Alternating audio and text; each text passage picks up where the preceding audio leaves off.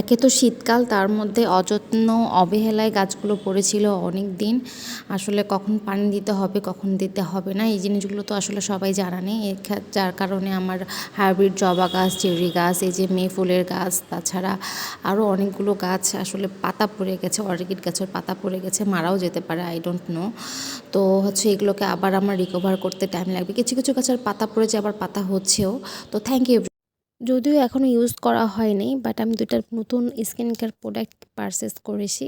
ভাবতেছি যে আমি ইউজ করার পরে রিভিউ দিব। একটা হচ্ছে স্কিনোর হচ্ছে super light brightening jail moisturiser, যেটা ক্লেম করে যে অল স্কিন টাইপ। এটার প্রাইস হচ্ছে ৩৫০ টাকা। আরেকটা কিনেছিলাম নাইট রিপেয়ারিং ক্রিম, যেটা হচ্ছে কোলাজন আছে, এবং এটার প্রাইস হচ্ছে ৪৯০ টাকা। এবং হচ্ছে এটা ক্লেম করে যে এটা অ্যান্টি এজিং স্পট ট্রিটমেন্টের জন্য কাজ করে। So thank you everyone.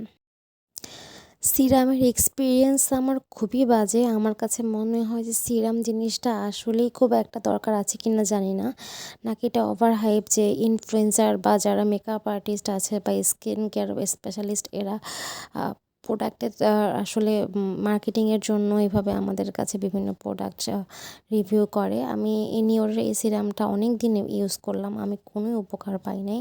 So তোমাদের হচ্ছে এক্সপিরিয়েন্স কি এই সিরাম নিয়ে, তোমরা জানাবো অবশ্যই। বাজার থেকে এই ২টা রামভুটান হচ্ছে ১৫০ টাকা দিয়ে কিনে নিয়ে আসা হয়েছিল।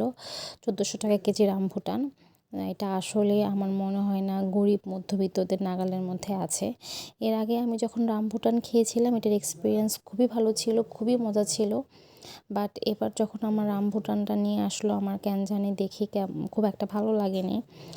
ছেলার পরে খাওয়ার পর এক্সপিরিয়েন্সটা খুবই বাজে ছিল, কোনো রস ছিল না, একদম টেস্টটাও ভালো ছিল না, মনে হচ্ছে টাকাটাই ওয়েস্ট হয়েছে। যেখানে শীতকালে চন্দ্রমল্লিকা গাছে ফুল ভর্তি থাকার কথা, সেখানে আমার চন্দ্রমল্লিকা গাছে ১টা ২টা ফুল। কারণটা হচ্ছে প্রপারলি যে সময় যত্ন দরকার সে সময় গাছটি যত্ন পায়নি। গাছটা প্রুনিং করে দেওয়ার কথা ছিল, কিন্তু আসলে না থাকায় এই গাছটা কেউ যত্ন করতে পারেনি, যার কারণে গাছে কোনো ফুল নেই। আমার সিকেচারটাও আমি খুঁজে পাচ্ছি না, দ্যাটস ওয়াই হাত দিয়ে গাছের ডালগুলো ভেঙে দিয়েছি। জানি এই ভেঙে দেওয়ার কোনো কাজ হবে না, তারপরও মনে শান্তি। আগাছা দিয়ে প্রত্যেকটা টবের গোড়া একদম ভরে গেছে, আমার জীবনের মতো।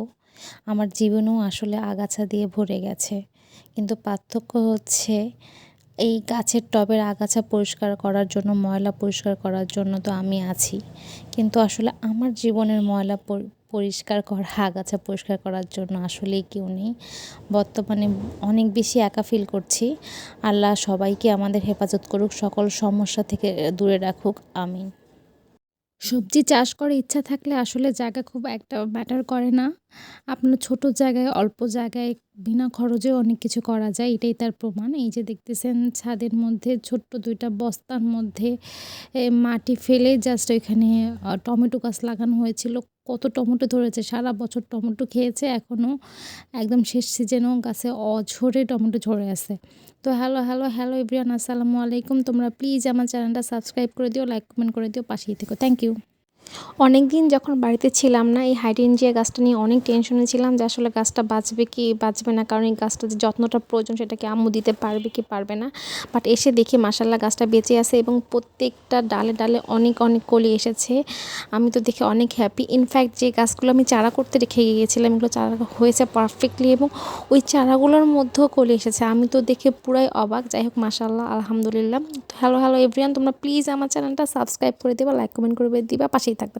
সৃষ্টিকর্তার সৃষ্টি প্রত্যেকটাই ভিন্ন, একটার সাথে আরেকটার কোনোই মিল নেই। এত প্রজাতির গাছ দুনিয়াতে আছে না, মানে আসলে গাছ না লাগালে বোঝা যায় না। এই যে এটা হচ্ছে ফক্সটেইল প্লাম বা চাগুয়া বা চেগুয়া টাইপের আঞ্চলিক ভাষায় বলা হয়। গাছটা এত সুন্দর, পুরো গাছটা বেনি বেনি টাইপের ঝুলে ঝুলে আছে, মানে পুরো একটা ন্যাচারাল চেহারাটাই চেঞ্জ করে দেয়। ৩-৪ মাস আগে দেশীয় এই লাল গোলাপ গাছটা অনেক বড় হয়ে গিয়েছিল, তো আমি যাওয়ার আগে একটু প্রুনিং করে দিয়ে যাই, কিছু ডাল কেটে। আমি আসলে আমাদের বাড়ির পাশে যে নর্দমা বা নালাটা আছে বা ময়লা জায়গা আছে, পানির জায়গা, সেখানে ডালগুলো ফেলে রাখি, লাগাইও নাই।